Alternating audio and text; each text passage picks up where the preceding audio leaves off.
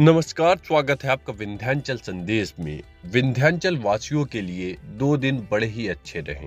पूरे शहर में भीड़ भाड़ और उत्साह का दौर चला। वजह थी कांग्रेस और भाजपा के दो बड़े नेताओं को बड़ी जिम्मेदारियों का मिलना। कांग्रेस की बात करें तो सीधी के सिहावल से विधायक और कमलनाथ सरकार के मंत्रिमंडल में मंत्री रहे कमलेश्वर पटेल को कांग्रेस वर्किंग कमेटी का सदस्य बनाए जाने तथा भाजपा के 4 बार के विधायक रहे राजेंद्र शुक्ला को मध्य प्रदेश सरकार के कैबिनेट मंत्री बनाए जाने को लेकर शहर में सरगर्मियां महसूस की गई।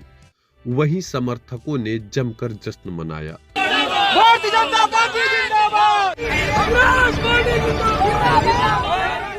बात करें भाजपा के विधायक राजेंद्र शुक्ला की, जो 2003 से लगातार विधायक रहे और विंध्य की सभी सीटों पर अपना दखल बराबर बनाए रखा। बावजूद इसके उन्हें 18 माह की कमलनाथ की सरकार गिरने के बाद बनी भाजपा सरकार में ज्योतिरादित्य समर्थकों का बोलबाला रहा और राजेंद्र शुक्ला को मंत्री नहीं बनाया गया, जिसे लेकर विंध्यवासियों में खासी नाराजगी भी देखी गई थी।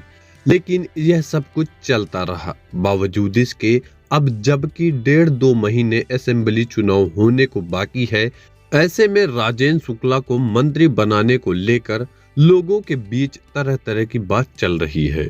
वही चुनावी पंडितों का अपना एक गणित है, अपना एक नजरिया है। आपको रूबरू कराते हैं श्री शुक्ल के मंत्री बनने की कुछ वजहों से।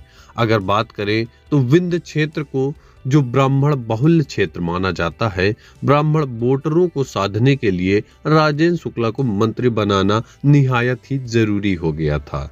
दूसरा, अभी कुछ दिनों पहले एक वीडियो वायरल हुआ था जो पूरे प्रदेश के साथ साथ देश में भी चर्चा का केंद्र बना हुआ था, जिसमें एक आदिवासी युवक के ऊपर एक ब्राह्मण विधायक के करीबी मूत्र विसर्जित करते दिख रहे थे।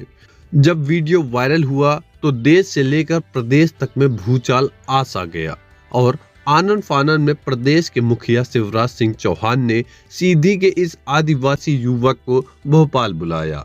वहां उन्होंने उस आदिवासी के चरण धोए, पुष्प माला के साथ मिठाइयां खिलाकर उसको गले लगाया और डैमेज कंट्रोल करने का प्रयास किया। वहीं पेशाब करने वाले युवक के ऊपर कड़ी कार्रवाई करते हुए उसके घर में भी बुलडोजर चलवाकर चुस्त दुरुस्त शासन और प्रशासन होने का कड़ा संदेश दिया।